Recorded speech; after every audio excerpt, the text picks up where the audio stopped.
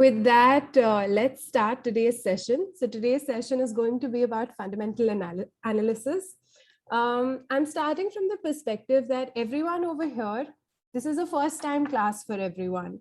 You're new to the world of stocks, you're new to the world of fundamental analysis, and you would like to learn a little bit more about how to choose a stock. Can I just see with a show of hands, how many of you all actively trade?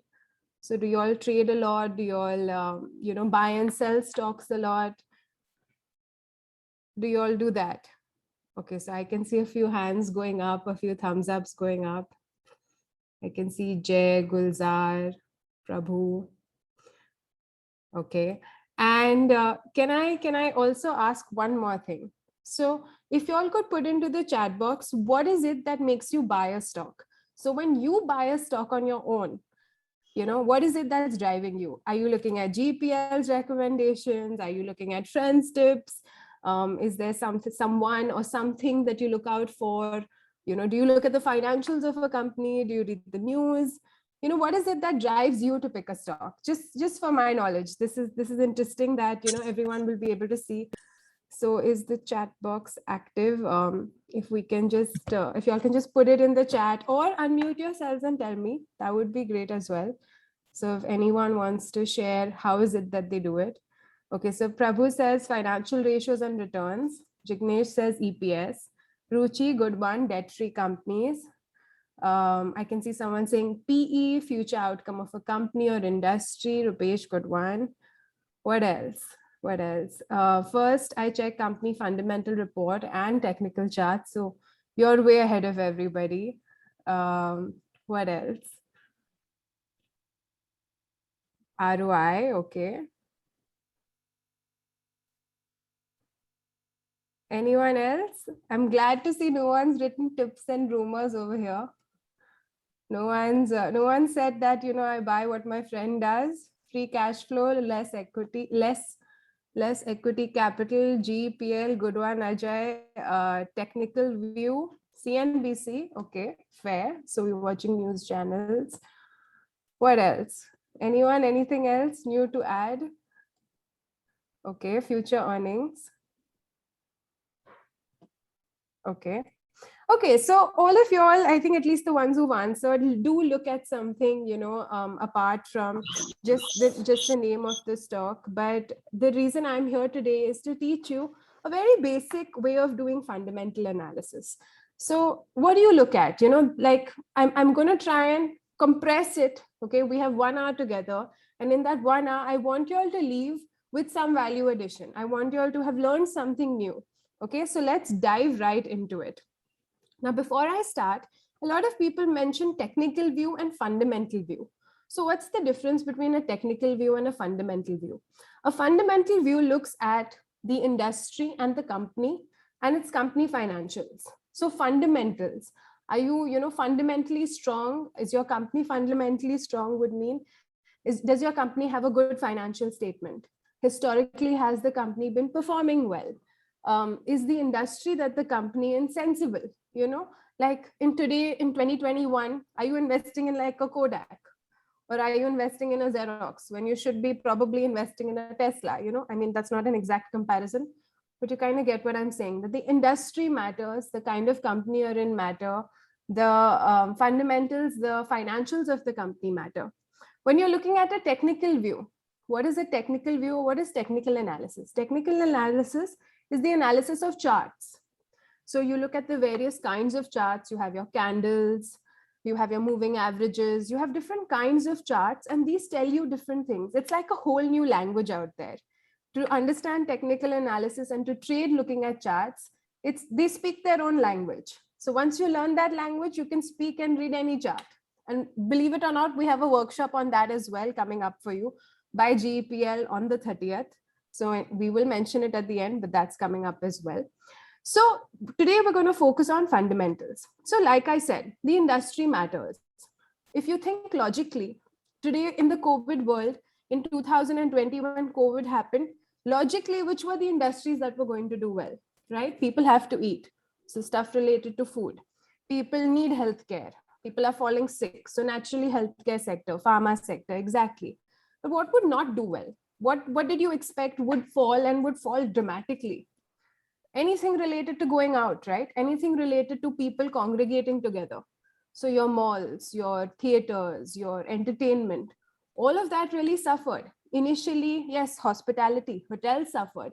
Then we got some guidelines in place. A lot of the retail companies that weren't online, they now have online shopping websites. And that was all because of COVID, because no one could go to the stores and shop. So once delivery opened up and people could shop online, a lot of these companies went online, right? You saw your West Side that never had an online store going online. You had Aditya Birla Fashion that didn't have online going online. So you saw a lot of change coming in there also. You saw them trying to build their earnings. Now that we're here today, still in the COVID world, but maybe a year and a half in, which are logically the industries you think that are now going to do well? What do you think is going to happen?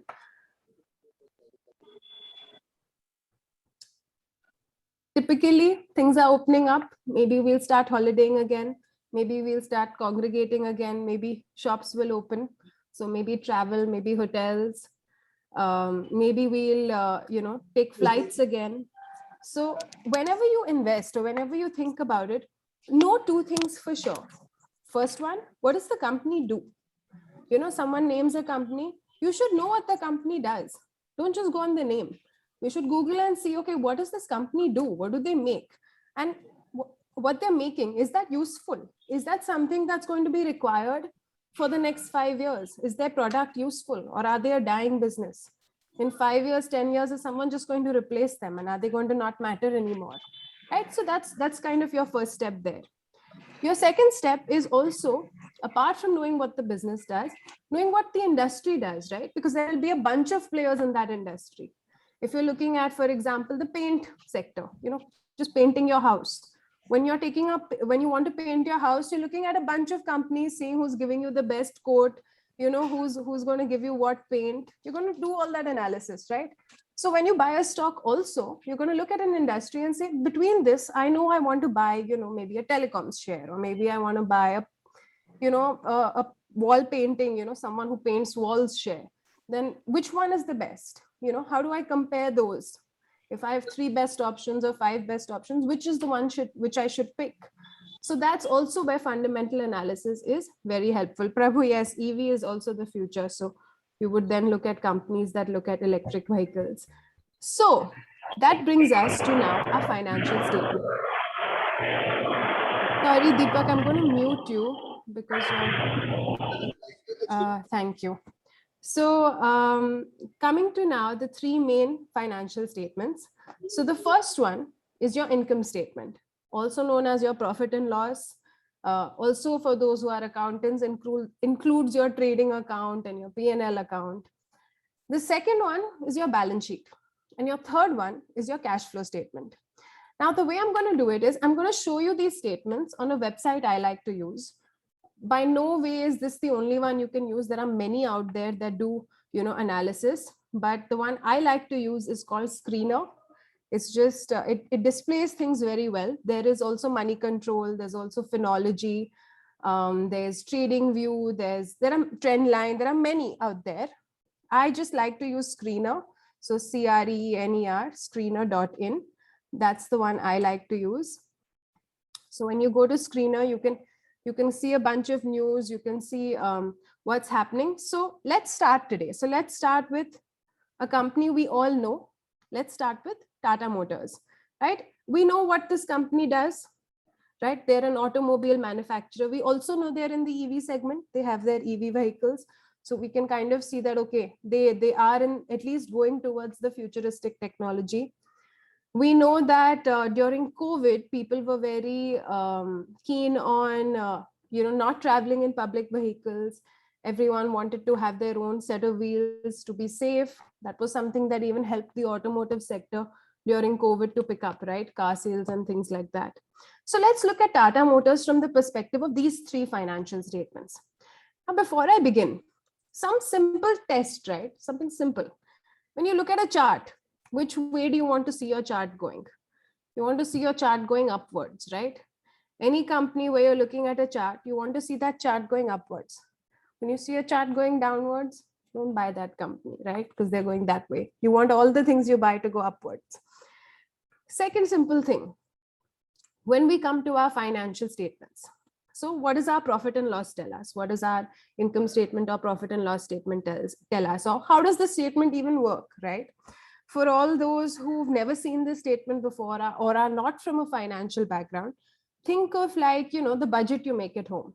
Like if you're a housewife and, you have a budget, you get a certain amount of money and then you have a certain bunch of expenses. And then if anything gets left at the end of the month, you're very happy, right? Because you have something left. Our profit and loss is exactly like that. There's cash coming into the business. We're selling products. We're having sales. That's money coming in. Then we have a whole bunch of expenses. So that's money going out. And ideally, at the end, we want to see a positive number here. So if we look at Tata Motors, unfortunately, we can see that for the last 3 years, they have been negative. We can see minus signs here. But before that, they were profitable. They were positive. So few sense checks, a few things to look at in our profit and loss statement. One, sales. Are sales going up? Are sales going down? Actually, we want sales to be going up, right? You want the company, for whatever they're selling, to continue selling more and more of what they're selling. So you want to see sales go up. Then when we come to expenses, now this is money we're spending. We can look at expenses and think of them as, should they be bigger than sales? No, they should not. Your expenses should be less than sales. Will your expenses go up? They will, right? As you start selling more and more things, it will cost you also something more to sell those more things. So as sales go up, expenses do tend to go up. But the difference between your sales and your expenses is called your margin. Sorry, did I hear someone's voice? Okay. So the difference between your sales and your expenses is known as your margin. You want to see that margin grow or at least stay the same. You don't want to see it decline, because when you decline, it means you have less room, you have less headway, right, to deal with other things that come after your expenses. And the two main expenses that a lot of companies or a lot of investors focus on are interest and depreciation. So what is interest? Interest is that amount that you pay for your loans. You take a loan, you have to pay a bank interest. Now, if we see Tata Motors over here, we can see that way back, they used to pay interest in the 2,500 crores. Now they pay interest to the tune of 8,500 crores. What does this tell us about, Tata Motors in general? It tells us that with interest cost going up, we can see that Tata Motors has probably taken on more debt. Because they're taking on more borrowings, the interest costs have gone up. They're borrowing more and more money over the years. So you can see that interest number has steadily grown. When a company claims that they're deleveraging, when they use the word leverage means taking on loans, taking on debt to grow. So when a company is deleveraging, you expect to see interest go down. When a company is expanding or is growing enormously and, they need that money to grow, they tend to take loans, where you can see these interest costs going up. Another way to see that when interest costs are going up, are they really investing in assets? What are they doing with that money? Are they just giving it out as dividend? What is it that they're doing? If you think that they're buying assets and you want to just do a quick check here, you can see depreciation. Depreciation is that amount attributed to the wear and tear of assets of a company, right?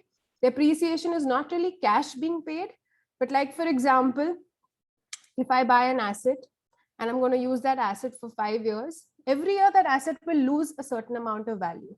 So when that asset starts losing a little bit of value every year, that value is captured over here. And that is known as your depreciation. It's your wear and tear of an asset, but it's not something we're paying anyone. It's something we're accounting for.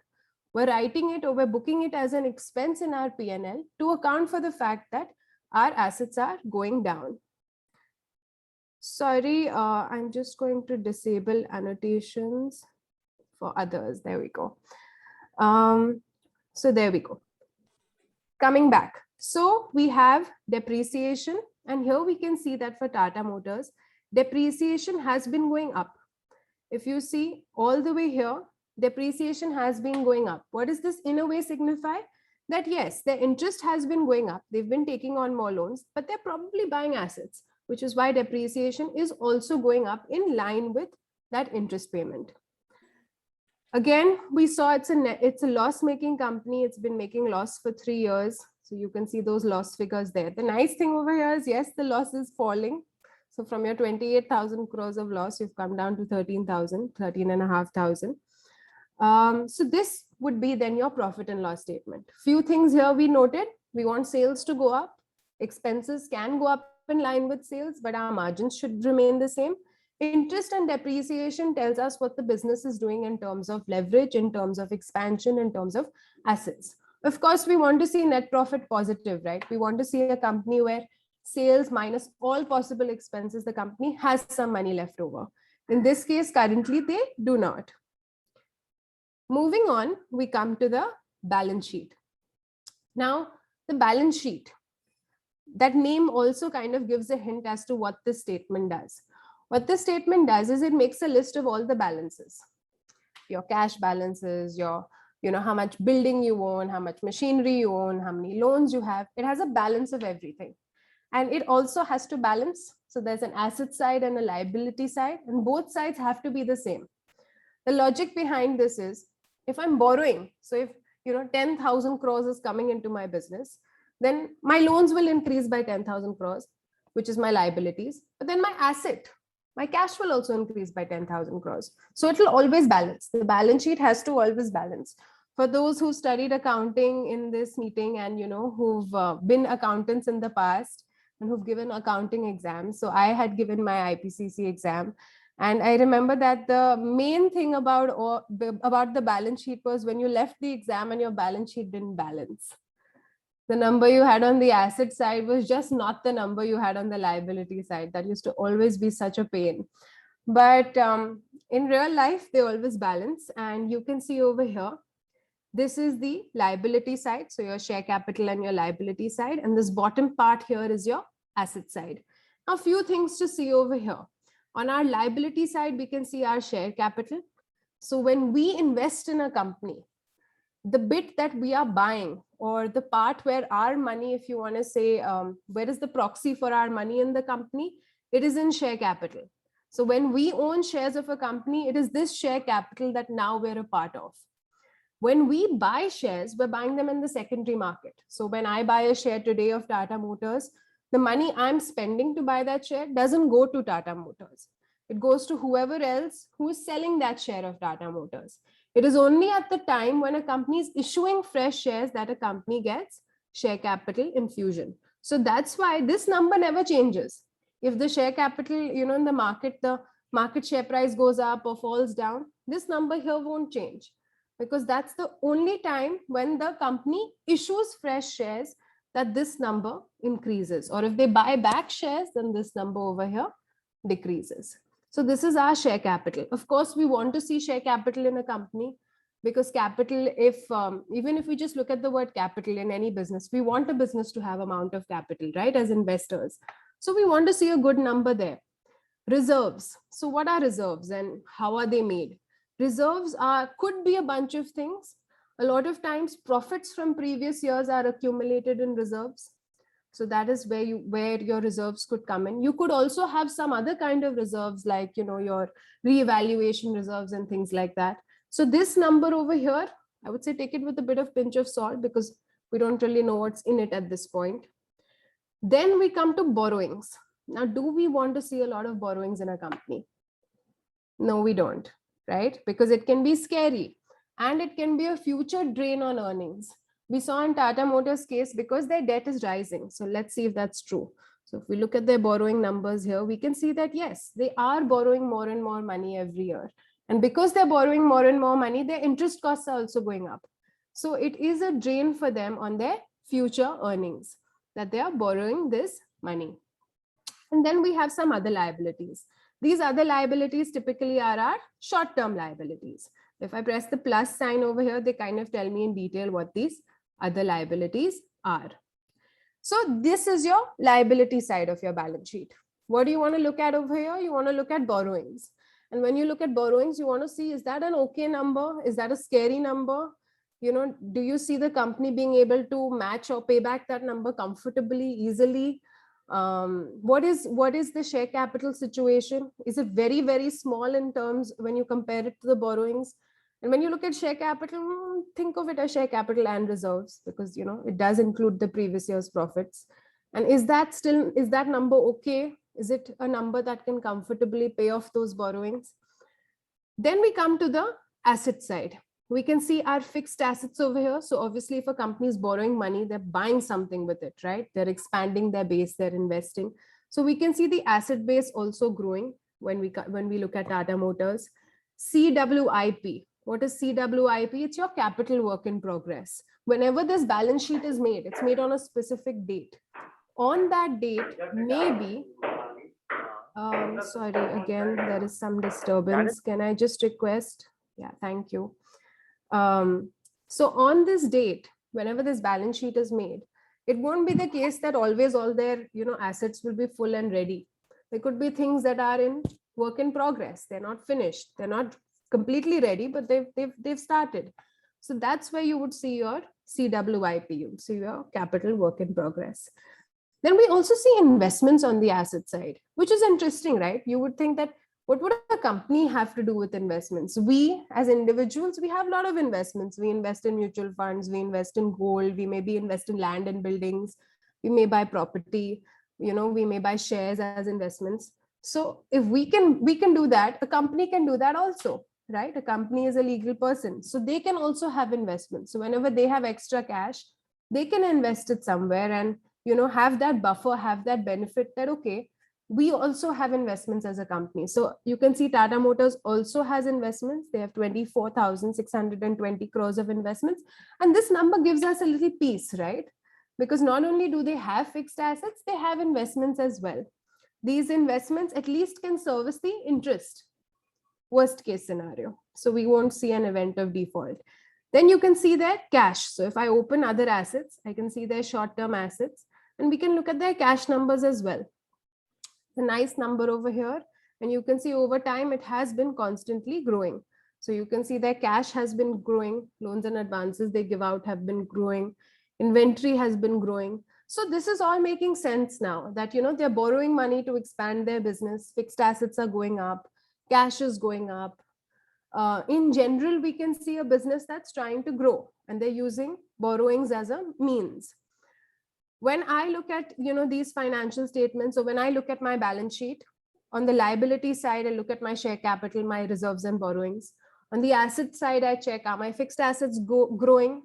Are my investments growing? Is my cash a good number?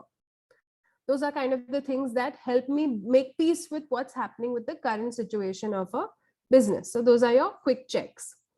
Then we come to our cash flows. Now, cash flows are very important, right? We've all heard the sentence, cash is king.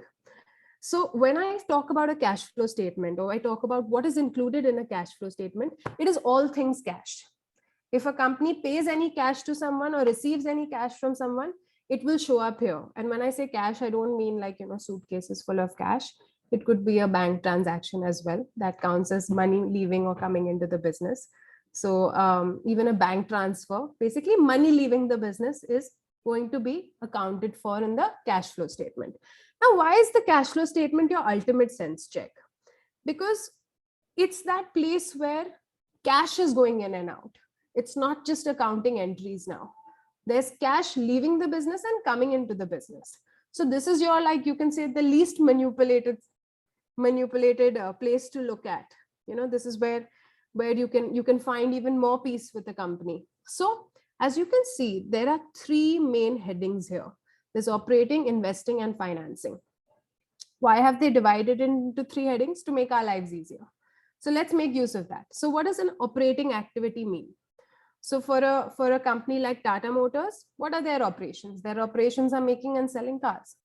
So anything to do with making and selling cars is your operational activity.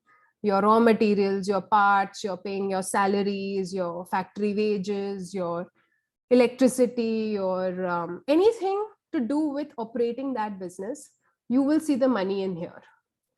Any money generated from selling those cars, you will see the money in here. Any money related to paying off any supplier, collecting advance from a customer, you will see all of that over here. So obviously, cash from operations, we want to always see a positive number, because that means that our operations are generating money. So cash from operations, rule of thumb, you always want to see a positive number.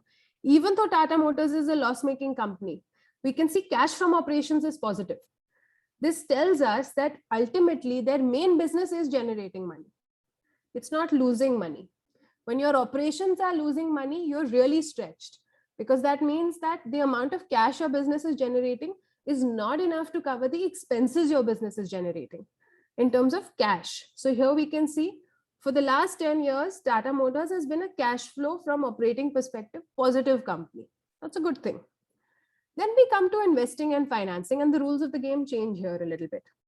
When we see investing activities, what is investing activities? Think of investing as anything to do with the asset side. If I'm buying an asset, selling an asset, buying a building, buying a plant, selling a plant, making investments. So if I'm buying mutual funds, I'm selling mutual funds, all of that will come under investing activities. Has to do with the asset side of the balance sheet. So here it can be a negative number, it can be a positive number. If it's a negative number, what does it mean? Money is leaving the business for assets, means we're acquiring assets, we're buying assets, assets are coming into the business, investments are coming into the business. And this makes sense, right? This is what we just saw. The asset base was growing and their investment base was growing. So this makes sense. Money leaving the business, investments coming into the business. Then we look at financing. Now, financing, as the word only gives it away, financing is raising funds, has to do with the liability side of the balance sheet. So if a company borrows a loan, pays back a loan, raises equity, does share buybacks, pays dividend, all of that has to do with financing. So you will see a financing number either being negative or positive. If the number is negative, that means cash is leaving the business. What does that tell you? They could either be paying back loans or they could be paying dividend. These are the two things why money would leave the business, or they're doing a share buyback. In case cash flow from financing is a positive number, that means financing is being raised, money is coming into the business. Means what? They could either be issuing shares or they could be getting loans. In Tata Motors case, we know this positive number is probably cash flow from borrowing. Let's see if we're right. So we can see a little plus sign here. Let's open this and let's see. Are we right? So you can see that the amount they're borrowing is a lot more than what they're paying back. So net, they are borrowing money. We can also see that they have been paying dividends. Obviously, the amount of dividend has fallen over the years, but they have been paying a little bit of dividend. We're not really upset with this number, because it's not 30,000 crores or 3,000 crores. It's 30 crores. It's okay. We can deal with this number over here. So this is our cash flow from financing activity. So rule of thumb, operating activity should always be positive. If it's negative, the business is in trouble. This is a sign that the business is in trouble. Investing activities could be positive or negative. If it's positive, means they're selling off assets. So you typically see cash flow from investing negative, because they're always buying, they're always growing, they're always expanding. Cash from financing could again be positive or negative. If it is negative, means they're deleveraging or they're paying a lot of dividend. Typically, they'll pay a lot of dividend only once they start deleveraging. You won't see a company pay massive amounts of dividend with having massive loans on their balance sheet. Financing can also be positive, means they're raising money. If they're raising money, it could be for expansion. It would be mostly for expansion, or they need that financial backing if they're in trouble. So these are our three statements: our P&L, our balance sheet, and our cash flow statement. Any questions? Any thoughts? Anyone? We went through it really, really quick, but I'm a little sensitive of the fact that we have 1 hour together and I want to make most of it. Let's do one more thing. Let's look at one more company. So I talked about painting our houses. So which is the first name that comes to mind? Asian Paints. So let's look at Asian Paints also. We've looked at Tata Motors. Let's look at another company we know. Another cool feature of Screener is if I open the about section, I can see what the company does. So a lot of times, we hear of a name, we see GEPL recommendation. We may be a little shy to call up, our broker at GEPL and say, what do they do? Because, we don't want to seem ignorant. We want to seem to be cool, savvy customers. So Google Baba, either you Google what the company does or you come to Screener, look at the about section and they'll tell you what they do. and they give a lot of nice information. You can see revenue breakups and leadership and what businesses they're in. It's pretty cool. Again, when we look at Asian Paints, what do we want to see in the chart? We want to see it going upwards. Is this a business that's going upwards? Yes, it's been constantly going upwards. Of course, if you buy at this tiny dip, then you're very happy. Sometimes you buy up here and then it goes this way. You're like, oh no. Have patience. This place is all about having patience. So few things on here. If anyone's wondering, market cap, current price, what are all these things? So market cap. Market cap simply means the current share price of a company multiplied by the number of shares in the market. The easiest way to think of market cap is, if I wanted to buy a company, if I wanted to buy Asian Paints, how much money would I need? I would need this much money. Reason being, I would have to buy all the shares. So to buy all the shares, that's how much money I would need. The number of shares multiplied by the current market price of the share. Super easy. We know the current price of the share. We know the highs and the lows. Stock PE. This is interesting. Everyone talks about PE ratio, right? We've at least heard of PE ratio. We don't know what it means. PE simply means price to earnings. Price is your market price and earnings is your profit. How much net profit is a company making? So this is basically telling me I'm willing to pay 90 rupees as an investor for every 1 rupee of profit attributed to my share. This is what this is telling me. I'm willing to pay 90 rupees, which is quite a lot, right? I'm willing to pay 90 for only 1 rupee of profit that year. But just remember, PE ratios are often driven by future value, right? A lot of times we still buy companies with high PE ratios because maybe right now earnings are 90:1, but we see that earning potential growing. We see that company doing well in the future. Then we have book value, dividend yield, face value, ROE, ROC. Needless to say, all your R's stand for return. When anyone tells you, return kya tha, you want to say a big number, right? So you always want to see your return numbers grow. Return, simple, profit, return, anything to do with PER, you want to see it go up. Dividend yield. Again, you want to see a big number there, right? You don't want to see a tiny number there. Now, just a quick comparison. We talked about which stock would I choose if I'm wanting to buy a paints and varnishes stock? Which one would I choose? There are so many out there. There's Berger, there's Nerolac, there are Shalimar Paints. We know the top three. We know Asian, Berger, and Nerolac are like the big boys, and we want to buy one of them. Now we have Indigo also. It's a new entrant, recent IPO, right? How do we compare? What do we look at in terms of our fundamentals to compare this company? Now, of course, what I tell you today is only going to be like a small piece of the bigger pie, right? I can't give you all the information in one session. I want to see you all again, but I'm going to do a few of the ratios that count. So we can see our CMP, which is our current price. Again, we can see our PEs. Now, PEs tell us, is the stock overvalued? So we can see that Indigo, for Indigo Paints, if we were to buy Indigo Paints, we are willing to pay 161 rupees for every 1 rupee of profit they generate per share, which is quite a lot. If we look at Nerolac, I'm just going to look at the first four, then Nerolac has the lowest PE. If we were to look at the whole list, then you can see AkzoNobel has the lowest. Market cap, size of your company. We know Asian Paints is the biggest. So we can see Asian Paints up there. We can see in terms of dividend yield also, they're more or less the same. I would say dividend yield is not a fair ratio to look at. You should look at dividend per share. That's a better ratio to look at. Dividend yield just looks at it based on the face value. So it doesn't mean so much. Don't concentrate on that ratio. Then we look at debt. Now, like we talked about our balance sheet, we saw debt is important, right? It kind of drains the company of its earnings because interest costs mount, puts pressure on the company. So naturally, we want to look at companies which have lesser debt. At the same time, even here, if we see Asian Paints, it has 1,000 crores of debt.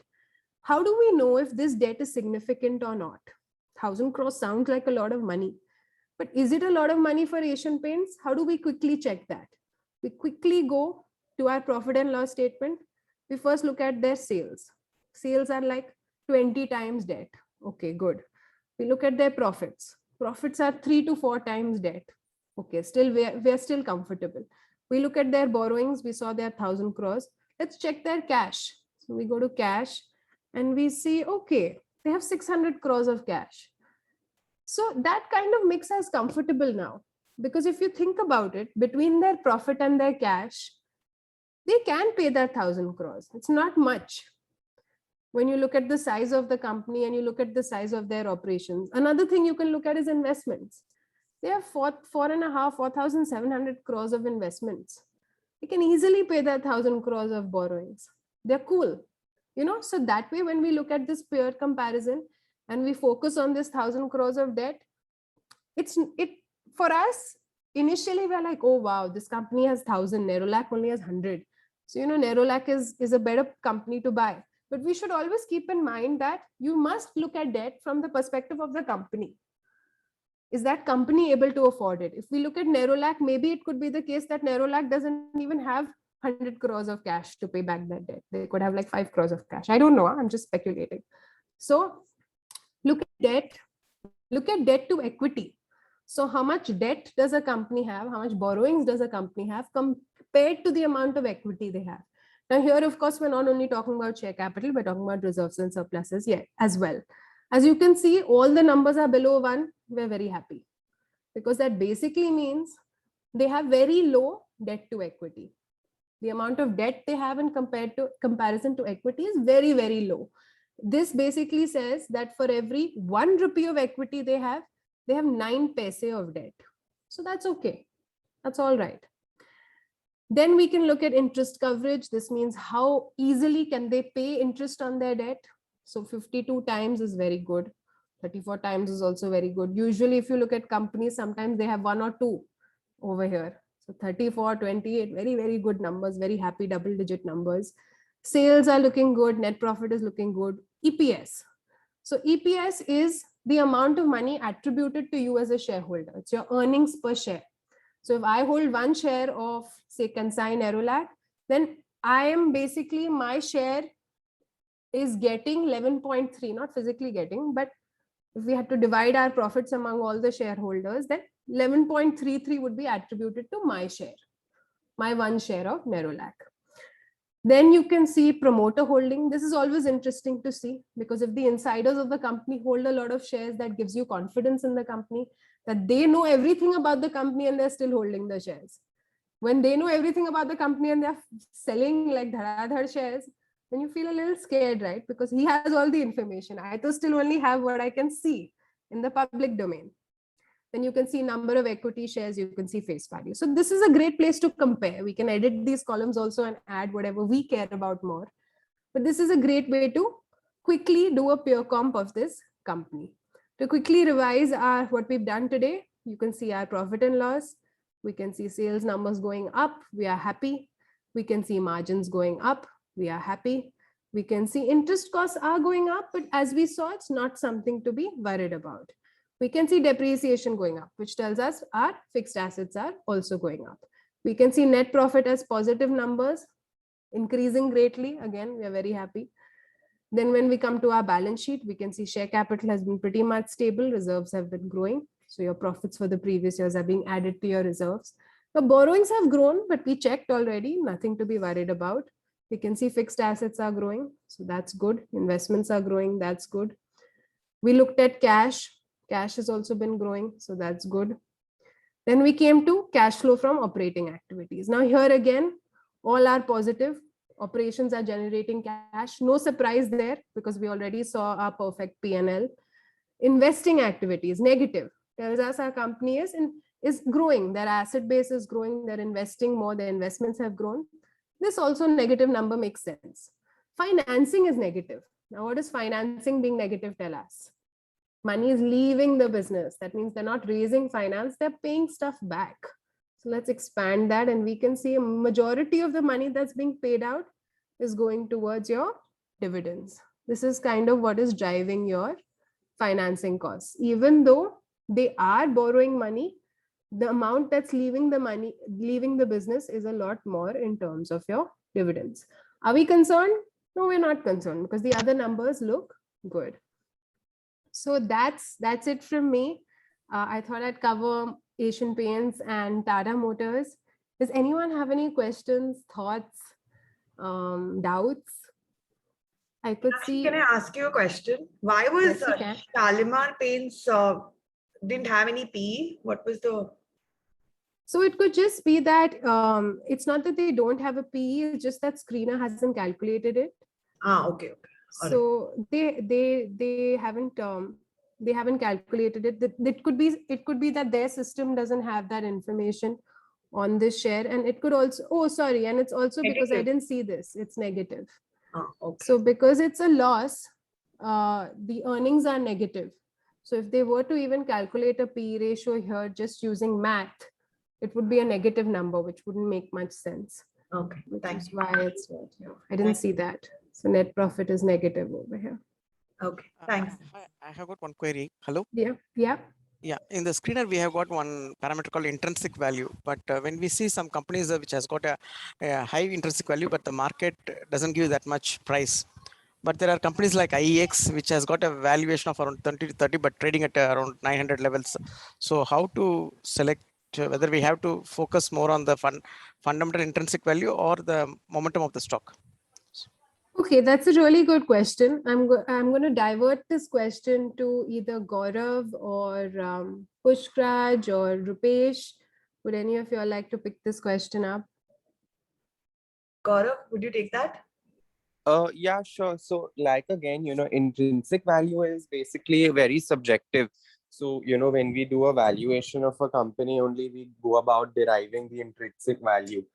And then we compare it to the stock market price, as you correctly said. So that intrinsic value is a little different because we have to look at what kind of valuation we're using. And PE, like we said, was one of them. So IEX, like you mentioned, is a monopoly business, right? So there aren't any peers that you can even compare and value the business with. So, based on that, investing would be a little speculative. So I think, yeah. I guess the only thing I would want to add to this is when you do an analysis of a company, any kind of analysis, don't focus your energies on one parameter. Take at least 5 to 6 parameters and see, does it meet all of them? That's a safer way of doing it. So don't only look at intrinsic value then, look at the other indicators that we've talked about. And then if you're happy, then go ahead. Thanks. I got another question in the chat. So Kumar is asking us, what is the difference between standalone and consolidated balance sheet? Which one an investor shall follow to pick up a stock? So the difference between the word standalone and consolidated is simply when you look at consolidated, you're looking at the whole group. So you're looking at that company as well as any subsidiaries it may have. Whereas when you look at a company on a standalone basis, you're only looking at that company. So if I were to quickly show it to you in terms of a drawing, if we're looking at a company and this company has various subsidiaries it owns, it may own 50% of this company, it may own 100% of this other company, it may own another company here. If we want to look at this whole thing together, we would look at the consolidated financial statements. They would include all the subsidiaries and anything else. If we look at standalone, we're only looking at this. The better way to do it is to look at a consolidated financial statement. It gives you the entire picture as an investor, because anything they own also, like for example, if this company is paying dividends, then they'll get the dividends up here. So they will benefit. Similarly, if they 100% own this company and this company is debt ridden, ultimately they could be guarantors to this company as well. So all positives and negatives are kind of then accounted for within that group. So if everyone agrees, even from GEPL side, we should look at the consolidated financial statements, right, Gaurav? Just to add actually one more point, I mean, the standalone business also should be viewed in conjunction such that, the core business should be growing at the same rate as your acquisition or your subsidiary. There shouldn't be a huge divergence, because that again would sort of raise a red flag as to, are they only growing because of the acquisitions they've been making, or is their core business growing as well? So, that is something that should also be looked at. Correct. Okay, those are good questions. Samir has a question. So it says that, As it is being said, high promoter stake is good for the stock. What about stocks where government is diluting its stakes, reducing the stake? Is it good for an investor to buy such stocks? I think I'm going to try answering that, and then I'm going to pass it on to Gaurav. So with my viewpoint, when a government dilutes its stake, it may not be doing it because of the financial consideration of the company. It could be the government's mandate as well to, liquidate an asset or to generate cash from an asset. So they may not be exiting an asset with the perspective that, oh, the business is suffering and we want to leave it. Whereas when we see a promoter, like a private business where you see promoter stake going down, then that's a question that comes to mind, that is the promoter exiting because the business is at its peak and they're cashing out.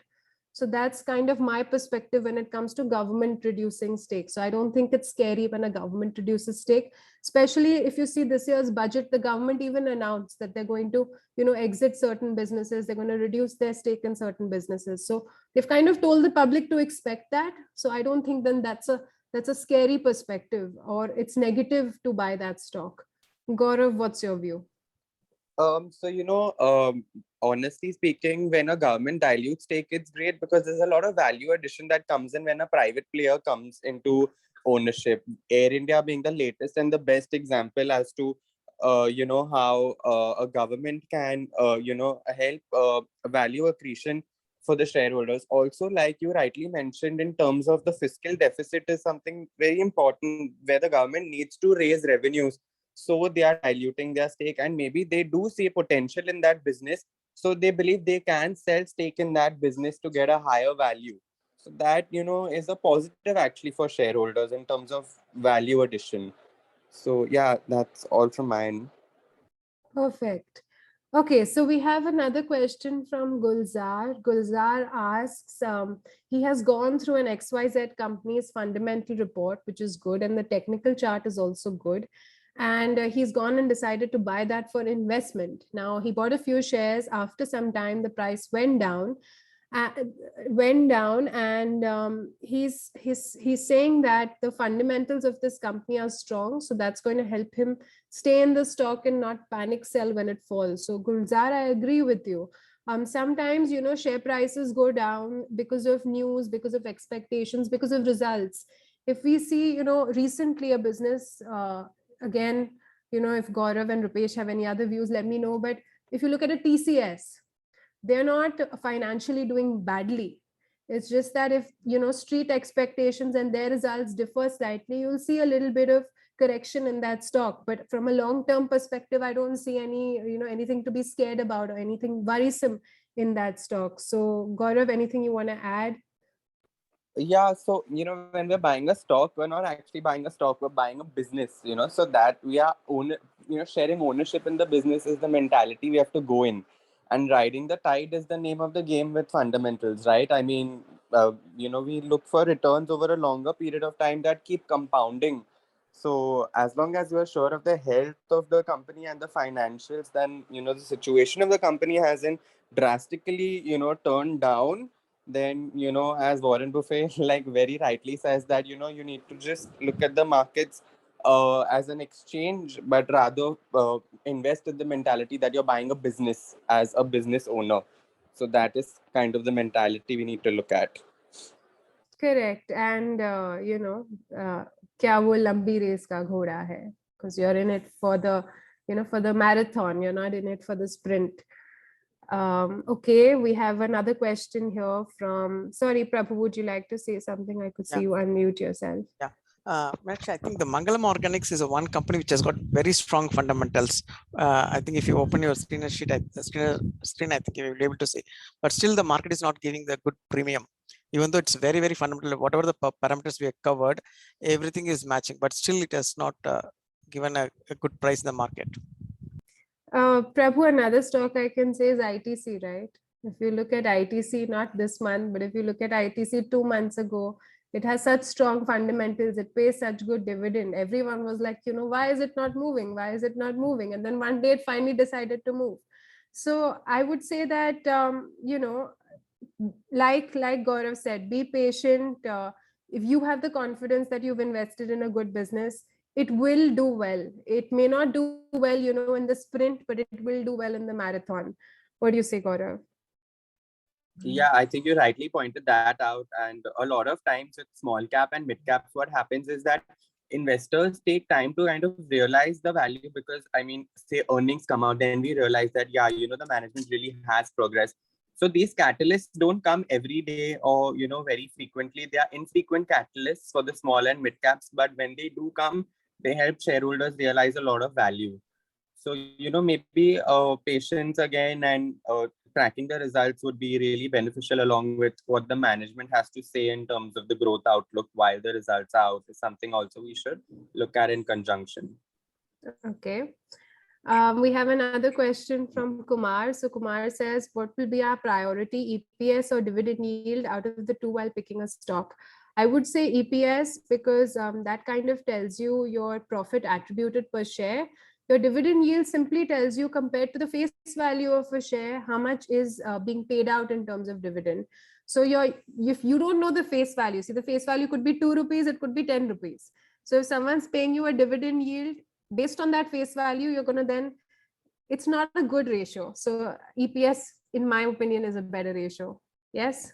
Okay, good. I can see Gaurav nodding. Then we have someone else asking a question. It's happening most of the time. Company has been really good at POV of FA and TA, but stock price suddenly goes down after bought. I can just say that's bad luck. But Gaurav, what would you like to add to that? Yeah, I mean, again, like, long-term investing, not really having a myopic view really helps out in the markets. So I think, yeah, maybe that's all I could add. So like we said, it's not a sprint, it's a marathon. There will be small corrections. If you have faith in it, stay with it, because it will do well.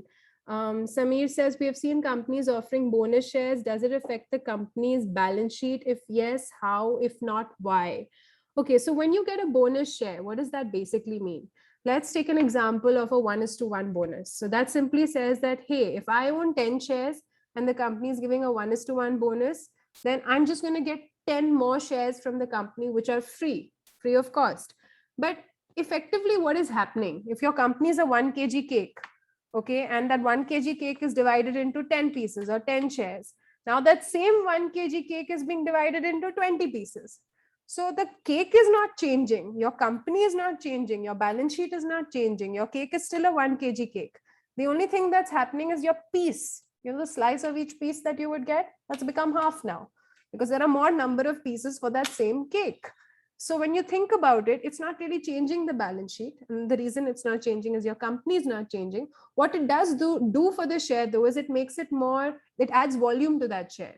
So that share suddenly has better volumes, may even be more affordable to certain class of investors that aren't able to invest a large chunk of money.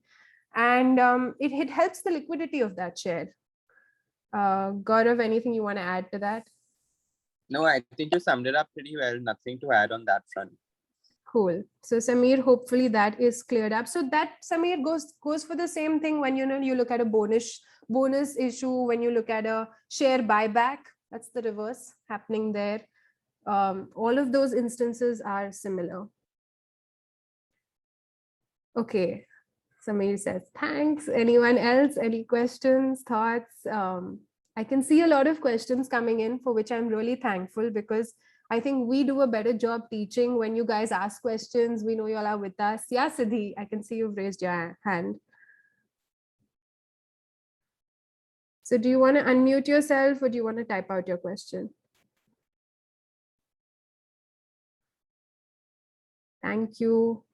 Yeah, so lately we've noticed that the Nifty is not doing great, but on the other hand, the mid caps have suddenly started moving up. So what is the reason for this? Like, is it that the mid cap companies are suddenly doing really great, and the Nifty, like the top Nifty 50 stocks have suddenly stopped performing, or what is happening? Like, or even the small cap suddenly, the penny stocks, which we call, suddenly start moving up out of the blues. In my opinion, like Gaurav mentioned earlier, whenever you invest or whenever you get into the market, you always look at the big guys first. So it's always like whenever any market, like we are recovering from COVID, there's a V-shaped recovery, all of that, your first focus goes on to the big stocks. Then once you feel, okay, these have gotten overvalued, then you look at the next tier. Even when you're like, think of, a teacher selecting kids for a school play. You'll pick the strongest kids first. Then you look at the next set of kids, that chalo ye bhi kar sakte hain. And then at last you'll take, jisko tree banana hai and wo banana hai. So in the stock market, similar, right? You'll pick the big guys first, then your focus will be on the mid cap, then small cap. It just takes time for investors also to do all that analysis and get there. I don't think this is in terms of the penny stocks picking up. So a lot of stuff is driven by rumors. We know that, right? We've seen a lot of stocks for no reason just shoot up and then fall. I would say that in those situations, the fundamentals of those stocks are not good. You know that getting into them is a risky bet. If you're getting into them because your friend is saying, "Arey, upar jane wala hai, buy this," then buy it with the perspective that, look, I can lose all my money, because then you're not betting on the fundamentals. You're betting on a rumor or a tip, which is what is driving that penny stock. Yeah, Pushkar, sorry. So, sorry, I just need to ask you one more thing. So, in such a case, do we focus on, should we just focus on the charts? Again, I would say fundamentals is a long-term game. Charts could be a short-term game. So that should answer your question. Are you looking to be in it for 10 years? Are you looking in it to be in for 10 minutes? Then that's kind of what you would look at. Sorry, Pushkar, you wanted to say something. Yeah, so just to add to it, what I feel when you are looking at what is happening to Nifty, let's look at it from a longer term perspective, maybe starting from 2018. So from 2018 till date, what we have actually seen is that the mid caps and small caps have really underperformed. So when you have come to a level where Nifty is at 18,000, the large caps in terms of value seem to be more than fairly valued. And then you start looking for stocks wherein you see that there is still some growth potential or maybe still a bit below the fair value. So that is where you start coming into the mid cap, small cap category where you see more value, rather than looking at large caps, which are more than fairly valued. That's what generally most of the players in the market would start looking at. So they may say that, okay, like what Meenakshi mentioned, maybe Asian Paints is not the thing to be. Maybe we look at something like a Berger or maybe something like Nerolac. That is something what you look at. So that is where the mid caps and small caps are also catching up with the large caps in the current scenario. That's just thought I had in mind. Absolutely. And just to add a little bit of, color to that, when you mentioned, Berger, Nerolac, and you said that you can see that your earning potential over here is still untapped. If you compare your P ratio of your Nerolac to your Asian Paints, there's a lot of potential here for value. So that's when now investors are going to focus on this, because they're like, this is already at 90, this is at 96. This maybe still has some untapped potential. So if the fundamentals of this stock are good, we can see it then matching the industry PE. So we can see some price momentum over there. Not that that's a recommendation from me. That's just, adding anything that Pushkar said, adding color to it. Okay. Thank you so much. No problem. Anyone else? Any thoughts? Because we're coming, towards the end of our session today. Hi, this is Shashi here. Actually, in the beginning, I bought some, I searched in the Google, which is a debt-free companies, and I bought some shares in few 2 or 3 stocks. But so after buying, it suddenly went down, and still I'm in the patient waiting with the patience. I'm not sure why when I go to the choose the debt-free company, still it's not doing very good. That's my question. I think the best answer I can give you is, like I said, don't focus on any one parameter when choosing a stock, because while a company may be debt-free, there could be various reasons why it's debt-free. It could also be that it doesn't have any more ambition. It doesn't need to borrow because it doesn't see any more growth potential over there. So always try and look for everything. Does the industry make sense where they are? Last year, Mhm. I'll give you a small example. Again, this is not a stock recommendation, just an example. I was looking at Gillette last year, okay, and Gillette is fairly strong in terms of fundamentals, and I had Mhm. invested in it, and it didn't move. It just didn't move. And you kept reading articles about how beards are in fashion, and because beards are in fashion, Gillette's business is suffering. Nobody's buying those blades and things like that, and it just didn't move. It just didn't move for a very long time. And then out of frustration, I exited because I was like, my money elsewhere is better. And then it just went up $1,000 after that, and I got so annoyed, right? So that Yeah, is it's something. happened to happen. So things like It's that happened to do me happen. as well. So if your Okay. company is fundamentally strong, either you then have that patience and ride the wave, and again focus on the war, not on the battle, focus on the marathon, not on the sprint, or then Mhm. do what I did, get frustrated and then have regrets later. So it could go either ways. Yeah, it happened. One stock I did the same thing, then it's suddenly went up. Yeah. Yeah. I think everyone in this room has had that thing, we call it FOMO, fear of missing out, and then it happens. Okay, great. So anyone else, any thoughts? Just to remind you all, on 30th of October, which is next Saturday, we will have another session at 11 a.m. and that one will be on technical analysis. I will be here for support as well during that session. So do join in if you found this session helpful. Also, if you all could put in some thoughts as to how today's session was in the chat. Any more questions if you have, or any feedback for us, because we want to add value, right, to whatever it is y'all are doing. Also, if there are any new investors in the room, people who don't know, basics, who would like to learn fundamental analysis in greater detail, focusing maybe an hour on each financial statement, or would like to learn ratio analysis, please contact us at the finance box. I'm going to put our website in the chat. So if anyone wants to, get in touch with us, that's a great place to go. We do classes for kids, adults, housewives, anyone who's new. And with that, I think I'm going to hand it over to Gaurav. You're going to sum up the fundamental calls from GPL.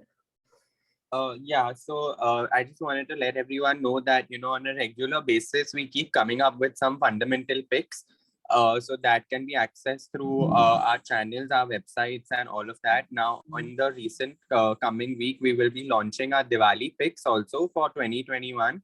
So last year, we had our Diwali picks where we give a portfolio of around 5 to 6 companies.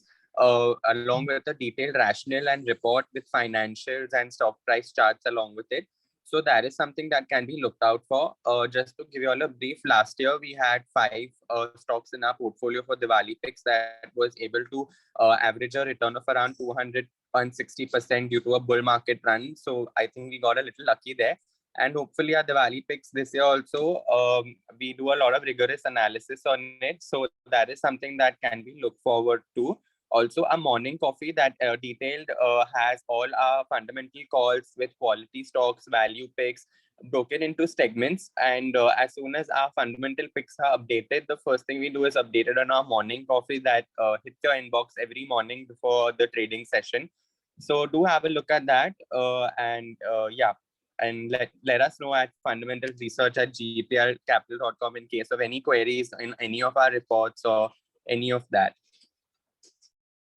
Thank you, Gaurav. Shamla, can you Yeah. just say Yeah, so thank you so much, Meenakshi, for a wonderful session. And thank you everyone for joining us and making this session more interactive. Hope you all like our sessions. And as Meenakshi had said, that we have our next session on the 30th of October at 11 a.m., which will cover the masterclass on technical analysis. Link for the registration will be sent on your email. So whoever attends both sessions will get a certificate. So thank you once again. Stay safe and stay connected to GPL Capital.